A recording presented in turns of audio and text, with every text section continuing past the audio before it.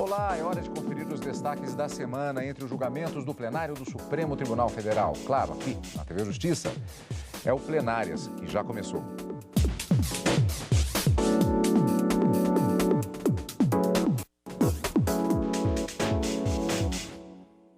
Hoje, com os principais momentos das sessões dos dias 21 e 22 de novembro de 2018. Karina, semana marcada pelo início de diversos julgamentos, temáticas muito variadas e que acabaram sendo marcadas também por debates muito interessantes e a perspectiva que criam para as próximas sessões com a continuidade desses, como já disse, interessantes julgamentos. Interessantes e complexos, como toda a discussão que acaba chegando ao Supremo Tribunal Federal.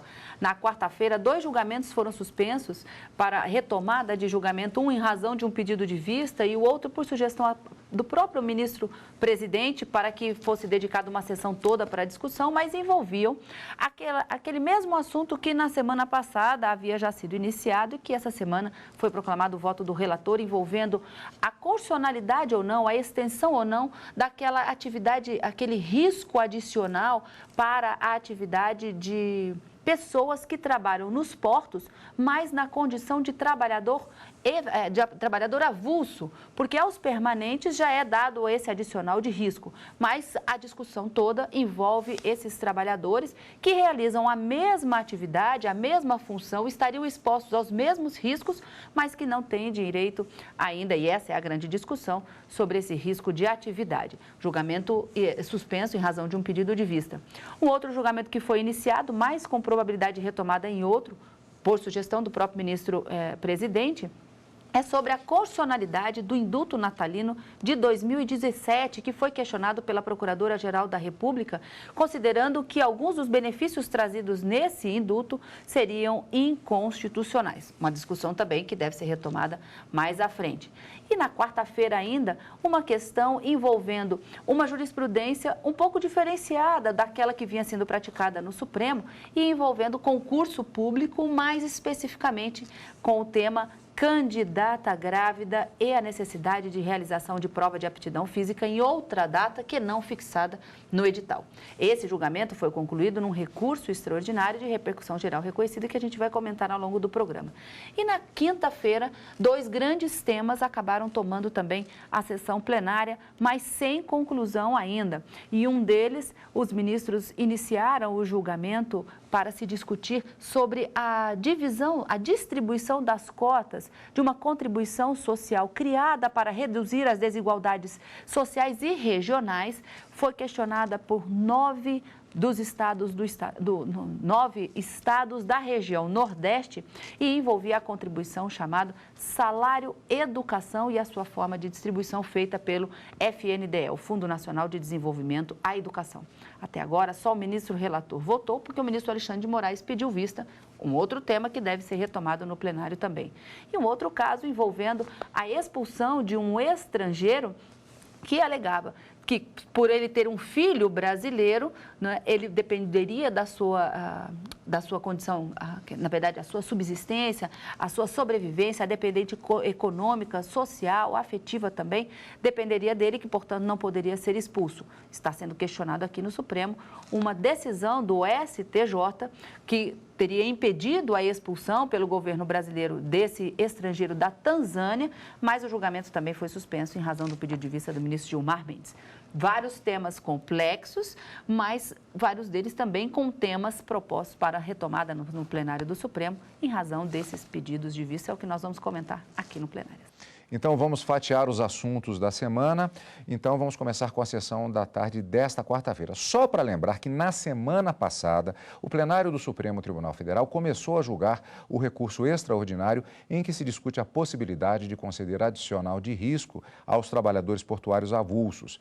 Naquela ocasião, após a leitura do relatório pelo ministro Fachin, foram ouvidas as sustentações orais dos representantes das partes e dos chamados amici curiae, os amigos da corte, que não são parte no processo, mas têm informações relevantes a serem apresentadas aos juízes. Já nesta semana, houve a continuação deste recurso que foi interposto pelo órgão de gestão de mão de obra do Serviço Portuário Avulso do Porto Organizado de Paranaguá e Antonina, para questionar acórdão do Tribunal Superior do Trabalho, o TST, que garantiu o pagamento do adicional de 40% previsto em lei para os trabalhadores avulsos que atuam na atividade portuária. Vamos ver como foi a continuidade desse julgamento esta semana. Um pedido de vista do ministro Marco Aurélio suspendeu o julgamento sobre o pagamento de adicional de risco a trabalhadores avulsos portuários. Até o momento, 7 ministros votaram e todos indicaram que o benefício deve ser garantido, já que os profissionais trabalham nas mesmas condições dos funcionários com vínculo empregatício. Se há pagamento do referido adicional de riscos, como direito do trabalhador portuário com vínculo permanente, que labora em condições adversas, esta previsão, em face das disposições constitucionais já referidas, também deve ser reconhecida aos trabalhadores portuários avulsos, porque submetidos às mesmas condições adversas. Assim, a isonomia expressamente designada pelo legislador constituinte originário para os trabalhadores avulsos deve nortear tanto a interpretação autêntica conferida pelo legislador ordinário, quanto o que vem expressamente nas leis 8.630 e 12.815, a primeira de 1993 e a segunda de 2013, em relação à interpretação constitucional que esta Suprema Corte, em meu ver, pode e deve conferir ao regime dos trabalhadores portuários avulsos. Ademais, e por derradeiro, a norma constitucional tem nítido caráter protetivo da igualdade material. O tema não se subsume a um debate de igualdade formal, mas sim a proteção da igualdade material entre categorias de trabalhadores com vínculo e os avulsos, de forma que se o adicional de riscos é devido ao trabalhador com vínculo, seja servidor ou empregado, também é devido ao trabalhador avulso que esteja laborando nas mesmas condições. E, por isso, senhor presidente, proponho negar provimento ao recurso extraordinário, assentando que, sempre que for pago ao trabalhador com vínculo permanente, o adicional de riscos é devido, nos mesmos termos e nas mesmas condições, ao trabalhador portuário avulso, e é como voto. O risco é idêntico a ambos. E o que a legislação pretende aqui é proteger, a partir disso, e com base nos preceitos, princípios e preceitos constitucionais trabalhados no presente recurso extraordinário, o princípio da legalidade, a isonomia de direitos entre todos e entre os trabalhadores, não só o artigo 5º, na sua fórmula genérica, mas o artigo 7º, inciso 23, a partir dessas constatações, não há como, a meu ver, negar o direito de percepção do adicional de risco em virtude tão somente da diferença de vínculo. Então, acompanho o ministro relator, só faria uma complementação, e aí no momento se eventualmente for a posição majoritária, no momento da edição da tese, eu só complementaria para que não, a meu ver, no meu posicionamento não houvesse nenhuma dúvida, que, aqui, aspas do eminente relator, sempre que for pago ao trabalhador com vínculo permanente o adicional de riscos é devido, nos mesmos termos, ao trabalhador portuário avulso que exercer as mesmas funções e sob as mesmas condições. O princípio da isonomia previsto na Constituição, aliás, universalmente reconhecido, deve e deve sim aplicar-se àqueles que trabalham exatamente nas mesmas condições. Eu acompanho o relator com as achegas agora trazidas pelo ministro Alexandre de Moraes. A continuidade do julgamento você acompanha aqui na TV Justiça e continuamos na sessão da quarta-feira. Também foi adiado para a semana que vem o julgamento da constitucionalidade de decreto presidencial sobre indulto a condenados. Esse é um decreto que foi assinado em 2017 pelo presidente da República, Michel Temer. O texto concedeu o indulto de Natal e estabeleceu algumas regras para o benefício, entre elas ter cumprido 1/5 da pena. Também estabeleceu o perdão do pagamento de multas relacionadas aos crimes pelos quais os presos foram condenados. A Procuradoria-Geral da República entrou com a ação contra o decreto aqui no Supremo. A vigência desse decreto foi suspensa por decisões dos ministros da ministra Carmen Lúcia, que na época era presidente do Supremo, e em seguida pelo ministro Luiz Roberto Barroso, que é o relator do recurso. O ministro também determinou, em março deste ano, regras temporárias para a concessão do benefício, como excluir do indulto os que cometeram crimes de colarinho branco, como corrupção, peculato e tráfico de influência.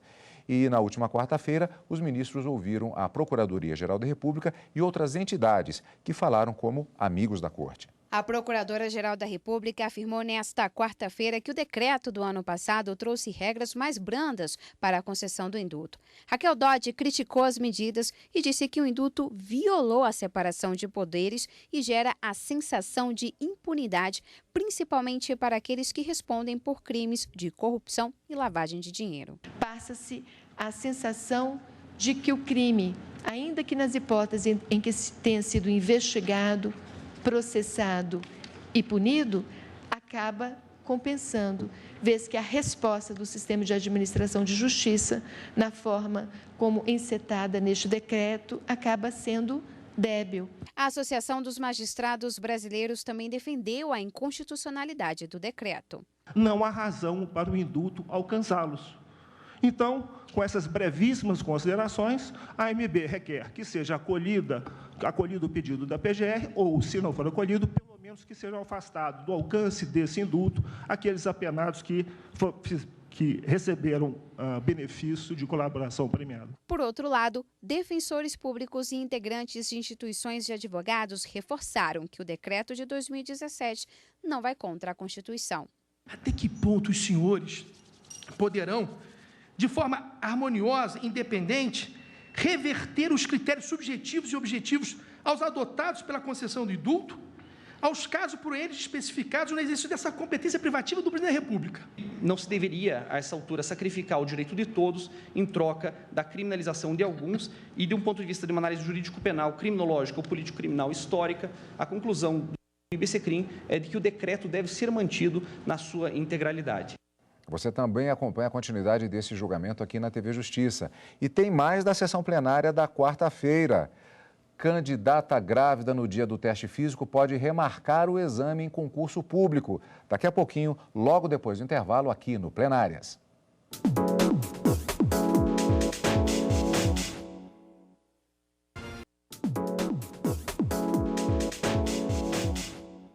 Plenárias está de volta com os destaques da semana no plenário do Supremo Tribunal Federal.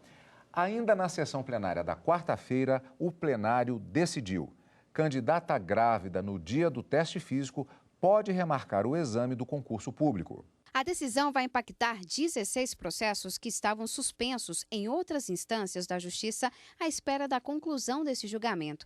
O relator do recurso, o ministro Luiz Fux, disse que a gravidez não pode causar prejuízos para as candidatas. O efeito catalisador dessa exclusão é facilmente vislumbrável em uma sociedade marcada pela competitividade. As mulheres têm dificuldade em se inserir no mercado de trabalho e a galgar postos profissionais de maior prestígio e remuneração. Por consequência, acirra-se a desigualdade econômica, que por si só é motivo de exclusão social. A simbólica correlação entre identidade e participação foi muito bem desenvolvida pela doutrinatora Nancy Fraser, para quem as demandas de grupo são bidimensionais, associando-se tanto à injustiça sociocultural quanto à má distribuição de renda.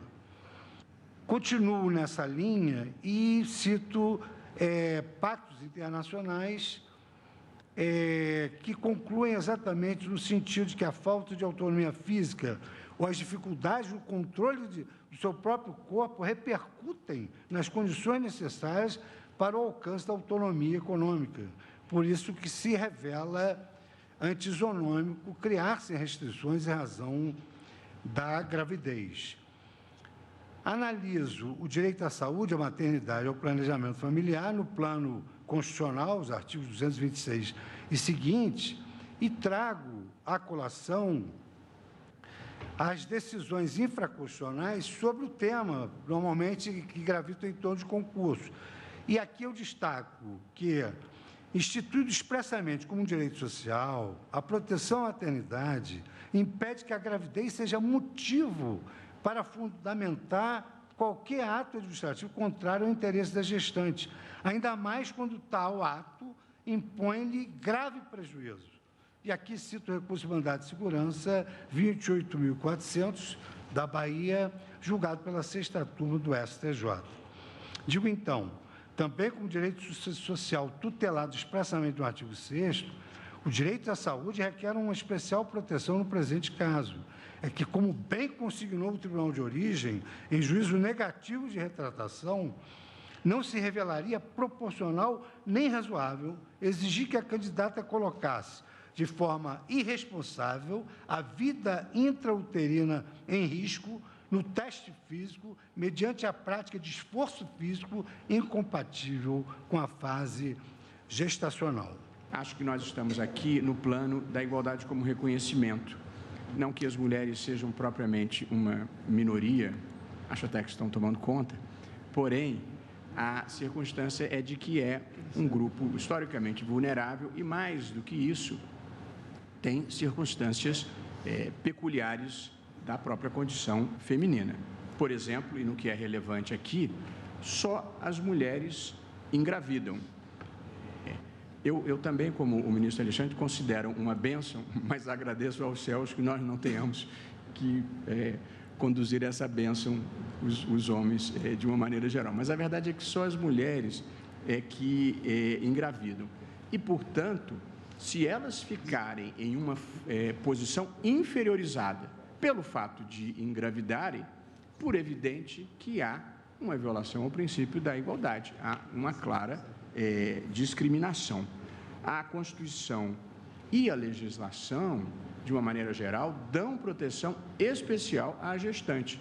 E, portanto, penso que este deva ser o vetor interpretativo a pautar a atuação de juízes e tribunais sempre que esta questão se coloque.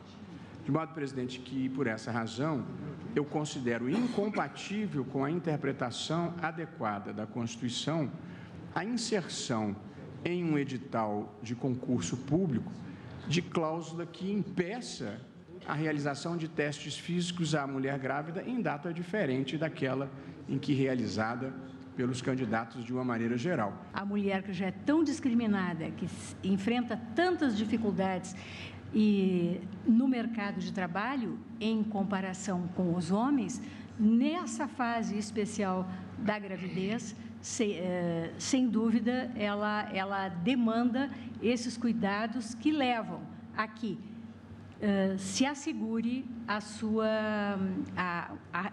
uma remarcação do teste de aptidão física. Ressaltaram que o país ainda precisa evoluir muito nessas questões. Nós estamos terminando 2018. Nós temos que discutir se é ou não discriminatório impedir que uma mulher grávida possa continuar no concurso mediante tantos avanços que nós já tivemos e tantas previsões constitucionais. Realmente me parece um absurdo. É dever da família, da sociedade e do Estado assegurar à criança, ao adolescente e ao jovem, com absoluta prioridade, o direito à vida, à saúde, à alimentação, à educação, ao lazer, à profissionalização, etc. Portanto, quanto nós protegemos a gestante, na verdade, estamos protegendo o nascituro, o futuro brasileirinho. Nesse caso, o STF julgou um recurso do Paraná contra decisões da Justiça Estadual que permitiram que uma candidata grávida de 24 semanas pudesse fazer o teste físico em outra data. Ela participava de um concurso para a Polícia Militar do Estado.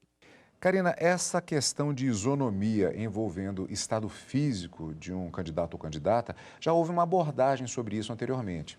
Em maio de 2013, um recurso extraordinário foi julgado aqui no Supremo Tribunal Federal, em que os ministros entenderam que, a menos que o edital preveja hipótese de remarcação desse teste de aptidão física, quando o candidato acometido por alguma doença temporária apresenta um atestado médico, se não houver essa disposição no edital, não haveria a possibilidade de fazimento dessa prova em uma data diferida que não aquela do edital. Mas nesse caso que foi julgado essa semana, havia uma peculiaridade, que o consenso de todos os ministros chegaram a uma mesma conclusão: gravidez não é doença e que, portanto, o Estado não pode interferir no que a própria Constituição pretendeu proteger, que é o planejamento familiar. A mulher decide quando ela vai ter o filho. E se isso acontece durante a realização de um concurso, é possível sim, e deve ser feito isso, a remarcação da data do teste da aptidão física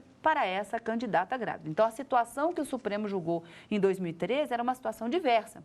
Era um candidato que, acometido por uma doença provisória ou transitória, apresentou um atestado médico e queria remarcar a data da aptidão física. E os ministros disseram: não, esse direito não é alcançável, a menos que houvesse uma previsão no edital, caso que na época não existia. Nessa situação, estando grávida, os ministros garantiram sim a ela o direito de remarcação desse teste de aptidão física, posteriormente, quando o bebê já tivesse nascido, quando afastada essa circunstância, portanto, de gravidez. Mas aqui a situação era uma situação peculiar. Foi com base nesse recurso extraordinário, decidido em 2013, que o Estado do Paraná recorreu da decisão que foi dado esse direito de remarcação, tanto na primeira instância como confirmado no Tribunal de Justiça.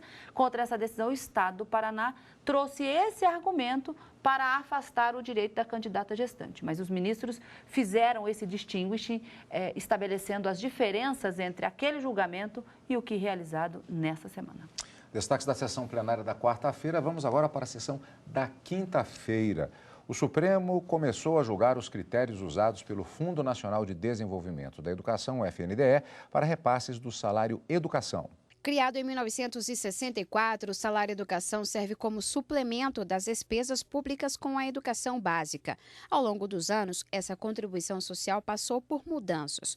Atualmente, todo mês é recolhido das empresas e entidades vinculadas à Previdência Social a alíquota de 2,5% sobre a folha de pagamento. Após a arrecadação feita pela Receita Federal, o FNDE, que é o Fundo Nacional de Desenvolvimento da Educação, divide os recursos, 90% em cotas com 2/3 para estados e municípios e 1/3 para a União. Outros 10% são utilizados em programas voltados à educação básica. Pela lei, 2 critérios prevalecem no repasse: número de alunos matriculados e a fonte de arrecadação. No STF, o Procurador-Geral de Pernambuco defendeu hoje que a distribuição desses recursos deve ser mais justa e levar em conta apenas o número de alunos matriculados em cada município. O valor per capita do salário educação seja rigorosamente igual para todos os estudantes matriculados na rede de ensino básica do país. O ministro Edson Fachin também considerou que não se pode ter 2 critérios para o repasse. Argumentou que o modelo de distribuição atual gera desigualdade de valores repassados entre estados mais desenvolvidos e os mais pobres. E disse ainda que a Constituição prevê que o número de alunos matriculados deve ser a única regra de divisão. Não vejo como possível permitir que um recurso federal, vale dizer a contribuição do salário educação, destinado ao desenvolvimento do ensino, possa ter destino proporcional à competência arrecadatória de cada ente federativo, resultando numa distribuição desigual e escandalosa, de forma a se chancelar, por exemplo, a distribuição ao Estado do Maranhão do equivalente a R$ 58,92 por matrícula e a do Estado de São Paulo no equivalente a R$ 612,59. A fonte é do próprio FNDE. Ainda na sessão da quinta-feira, os ministros iniciaram o julgamento de recurso extraordinário que envolve a discussão sobre expulsão de estrangeiro, cuja prole brasileira foi concebida posteriormente ao fato motivador do ato expulsório. Um estrangeiro que mora no Brasil e que não se comporta de acordo com os interesses nacionais pode ser expulso do país. Segundo a Lei de Imigração de 2017, o estrangeiro pode ser mandado embora se tiver sentença transitada em julgado em casos de genocídio, crimes contra a humanidade, de guerra, de agressão ou ainda crime comum doloso passível de prisão, sendo considerada a gravidade e a possível ressocialização do estrangeiro no Brasil. Na mesma lei, o artigo 55 estabelece que o estrangeiro não pode ser expulso se for casado com brasileira ou brasileiro sem estar separado ou divorciado. Outra condição é ter filho brasileiro que esteja sob a guarda deste estrangeiro ou dependa economicamente dele. Isso se o filho tiver nascido antes do fato que motive a expulsão. Cabe ao presidente da República resolver sobre a conveniência e a oportunidade da expulsão. O Poder Judiciário pode julgar se ela foi praticada de acordo com a legislação em vigor, não podendo fazer o controle do mérito da decisão. A Suprema Corte deve avaliar um recurso da União que questiona a decisão do Superior Tribunal de Justiça, que proibiu a expulsão de estrangeiro que tenha concebido filhos brasileiros depois de cometer ato que motivou sua expulsão. Para o STJ, essa situação impede a medida, tendo em vista os princípios da proteção do interesse da criança e da garantia do direito à identidade, à convivência familiar e à assistência pelos pais presentes na Constituição Federal e no Estatuto da Criança e do Adolescente. Essa decisão foi alvo de recurso no STF, com repercussão geral admitida pela importância do ponto de vista econômico, político, social e jurídico. O julgamento volta ao plenário do Supremo Tribunal Federal com o voto vista do ministro Gilmar Mendes. E por falar em voltar ao plenário do STF, já temos sessões marcadas para a próxima semana e encontro com nossos amigos da TV Justiça. Exatamente, cada quarta e quinta-feira ao vivo, a partir das 14 horas no direto do plenário e no final de semana com plenárias. Obrigado pela sua companhia como sempre e continue conosco aqui na TV Justiça.